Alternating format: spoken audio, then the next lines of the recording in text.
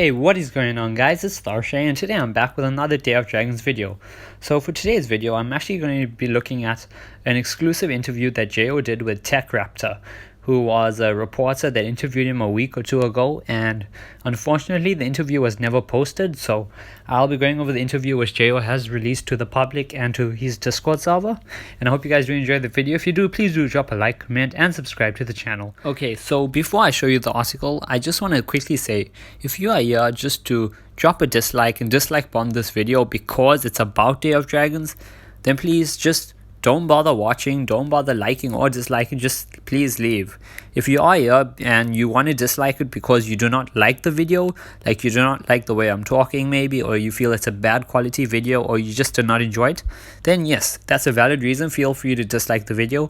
But on the other hand, if you did like the video, you enjoyed it, you enjoyed the information, you would like the way I presented it, then please do drop a like and we'll get right into it right now. So let's go. Okay, so I'm just loading this quickly, and page 1 of 6. Tech Raptor interview with lead developer Jo on Day of Dragons. Okay, let's see. First question is, what made you want to make Day of Dragons? And Jo's answer, I grew up playing video games. It all started with my brother's Atari when I was 5. Oh wow, nice. I graduated to the Nintendo, followed by the Sega Genesis and PlayStation and Xbox, and on until PC gaming became a thing in the late 90s. I fell in love with PC gaming much more than consoles, since I loved games so much. I wanted to make my own game. I mean, don't we all? I wish I could make my own game, but unfortunately I can't. It's the reason I went to college and took computer science. But life happened and I found out how difficult it was to get into the game industry, so I pursued other interests. After my dad passed away of cancer, December 4, 2016, Jo, if you're watching this video, I just want to say I'm so sorry for your dad passing away, and you have my condolences, man. I got really depressed and decided to set a new goal for myself in honor of him, to make the game I wanted to make when I was a teenager. I love How to Train Your Dragon and survival games and decided to put the two together. I released Day of Dragons on Steam Early Access December 4, 2019. 3 years to the date my dad passed away. Wow. Well, that is, I mean, his dad passed away and he got depressed. Instead of drinking or turning to drugs or anything, he turned to his childhood passion. He decided to go ahead and, no matter what, make the game that he always wanted to. And he turned his love of survival games and his love of How to Train Your Dragon, put the two together, and we got Day of Dragons. And he released it exactly 3 years after his dad passed away. Like, that is really touching. Okay, let's go to number 2. Did you see any risks regarding what may come of development or the game? The only risk I saw was failure, and failure is something you only experience if and when you quit. That is absolutely true. If you don't quit, you can't fail. Well, I mean, you could fail, like you'll come to an obstacle, you may fail passing it, but you can always try again until you do pass. So yeah, I wasn't worried about whether or not it would be a popular game or financially successful. For all the gremlins, I just want to say, everyone is saying he wants to, just make money out of the game. He's trying to scam people, run away with the cash. Right here, he does not care if it's popular or financially successful. Okay? Because I wasn't doing it for the money, I was doing it for my dad. I don't judge my success by the reviews I get. I judge my success by whether or not I finish what I started. See guys, so Jo is not. He's not after money. He's not after success. He's not EA, He's not making us pay $10 to breathe fire, $5 to activate abilities, $20 to be able to sprint, another $15 to, be able to fly, another $12 to maybe play a spooky. He's not doing that. He's making this game because it's his passion, and well, he's going to make sure it succeeds. He wants to see it succeed. He wants it to be a success, and he wants to finish the game because that's his own goal. It's his self-drive. So yeah. Okay, question 3. Why were you not so forward about revealing stuff such as code or concept art in the early stages to Kickstarter backers? I mean, I wouldn't reveal my own code if I was making a game. I mean, I don't want people to steal it, but let's see what he says. I don't know any game studio that reveals their game code. Exactly. I mean, I would not. If you do that, you're going to get your game stolen. Your code is your copyright work. I agree. Showing source code to the public is unheard of in a gaming industry, and most users have their code under strict NDAs, even to staff or programmers that work for them. That is true. That is absolutely true. I mean, if let's say Fortnite had the code open on the internet, anyone could take it and make their own Fortnite. So yeah, I had I had counseled with veterans in the industry and I was told to never ever show your code, so I didn't. As far as concepts, we did not have the money yet to pay Jia Ho for the work he was doing for us out of good faith, so we were not going to show off work that was not yet paid for. See, he has principles. He could have just taken it, put it up, and said, hey, this is a concept. But first he went, he hired Jia Ho, he paid him, and then used it with the artist's permission. So, yeah. What was your and or your team's prior experience with game development before Day of Dragons? 0. Hope you guys heard that. 0. Everyone's saying the dev team was bad and stuff. They are just inexperienced, guys. But they are learning. Everyone starts off with no knowledge of whatever they're starting off with. But over time, they gain experience, they learn, and they become better at it. Okay? 0. I have never made a game before, and I told people this was my first game. However, I know Simon did the sound effects for Subnautica, and Ray did the music for Space Run. And Gia has been doing concepts for a long time.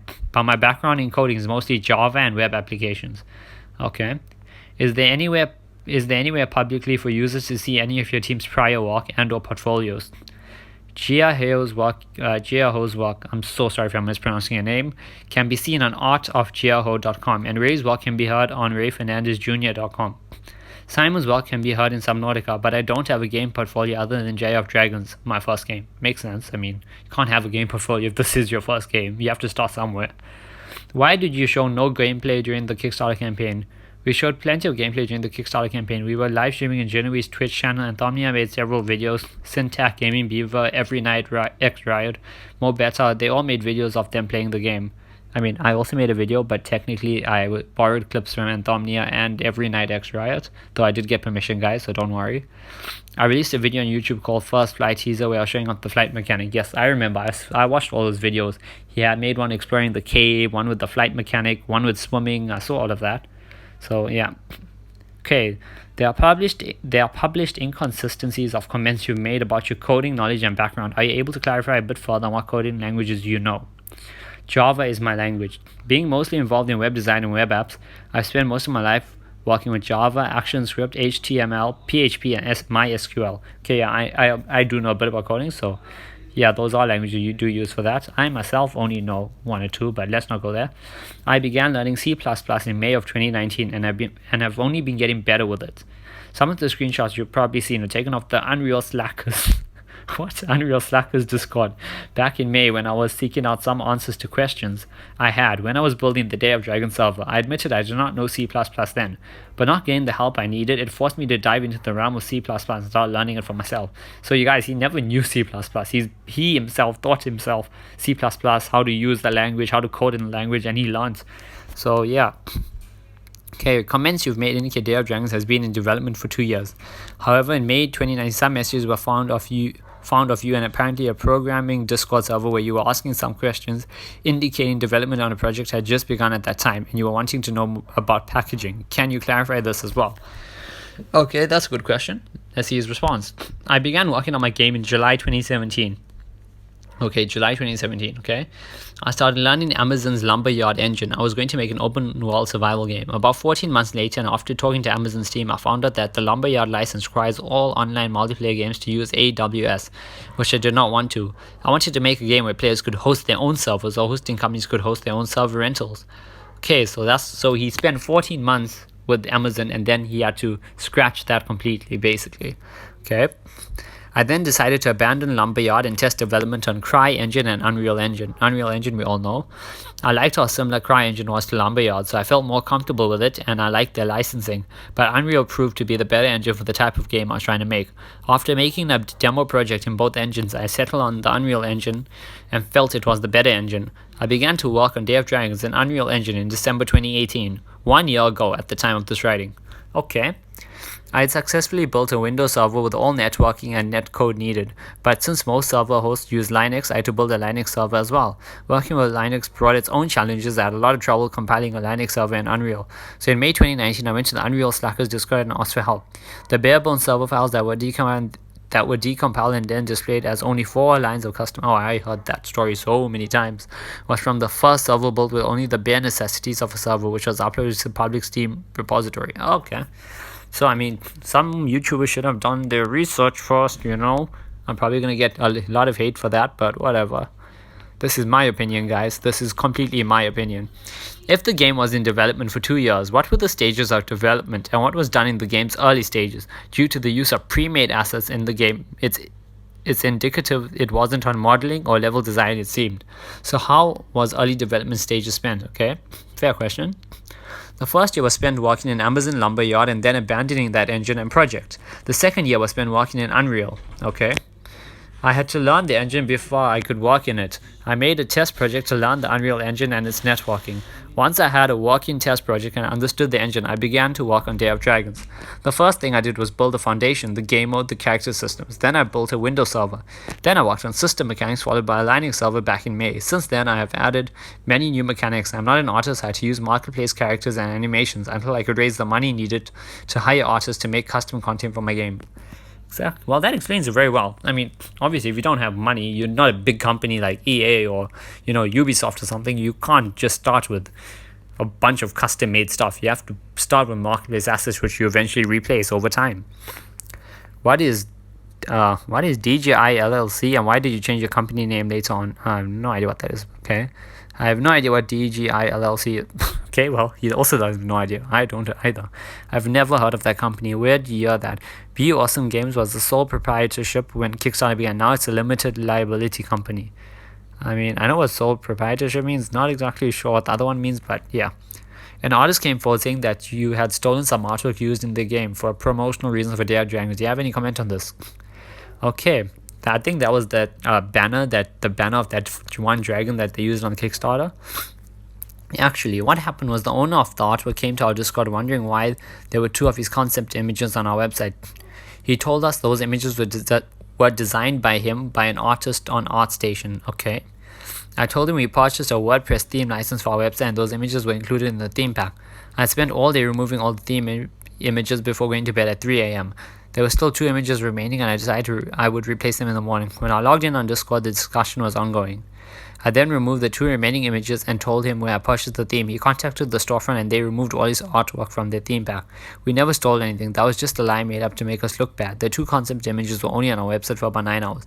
So that was basically, that is not JO's fault. It's not the artist's fault either. It's the storefront that was adding his artwork to the pack. Okay. With regards to merchandise, what made you decide to look into this route so early into development? Our fans were demanding merchandise, and because there was so much demand for it, we decided to look into it. Of course, the critics loved that and used it to promote their cash grab rhetoric.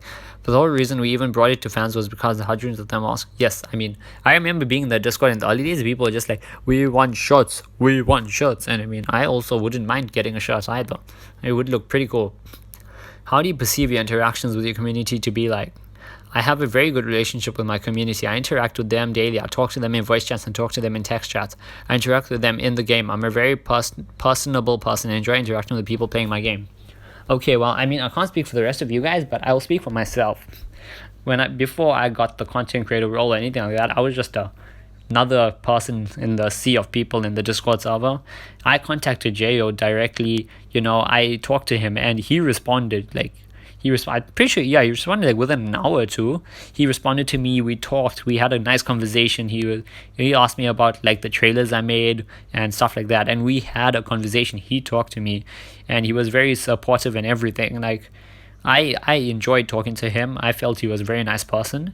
So yeah, I'm just saying, I can agree with that statement for me at least, right? Interacting with them daily, and now yes, he does. He interacts. I've seen him in the voice channels. I've seen him in the text channels. He pops in, he talks to people and stuff.